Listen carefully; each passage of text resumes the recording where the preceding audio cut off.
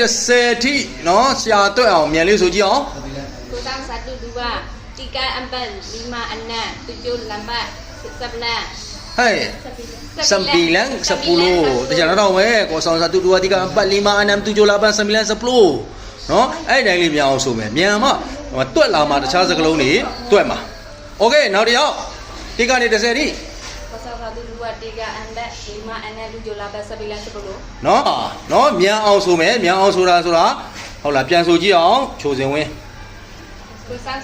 kurang 1 2 3 4 5 6 7 8 9 10 ပြန်ဆိုပါဦးနောက်တစ်ယောက်မြန်လေး 1 2 3 4 5 6 7 8 9 10 နောက်တစ်ယောက်ဆောင်စတူ2 3 4 5 6 7 8 9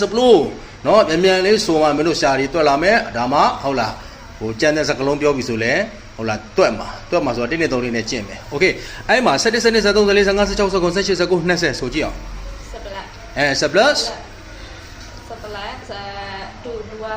အဲ့လောက်ကြီးကြာလို့မရဘူးလေ10 plus 2 plus 3 plus 4 plus 5 plus 5 plus 6 plus 7 plus 8 plus 9 plus 10 plus နော်ဆိုကြည့်အောင်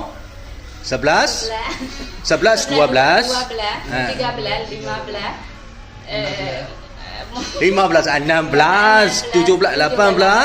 9 plus 20နော်အဲ့ဒါမြန်လေးတွတ်လေးဆိုမယ်နော်တွတ်လေးကျင့်မယ်အခုမရရင်ပဲ1 2 3 4 10တိက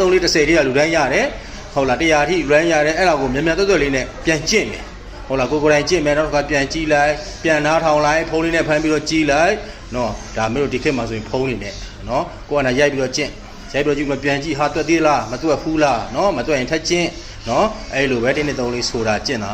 နောက်စကလုံးတွေလည်းပြန်တွက်လာနိုင်ပါတယ်โอเค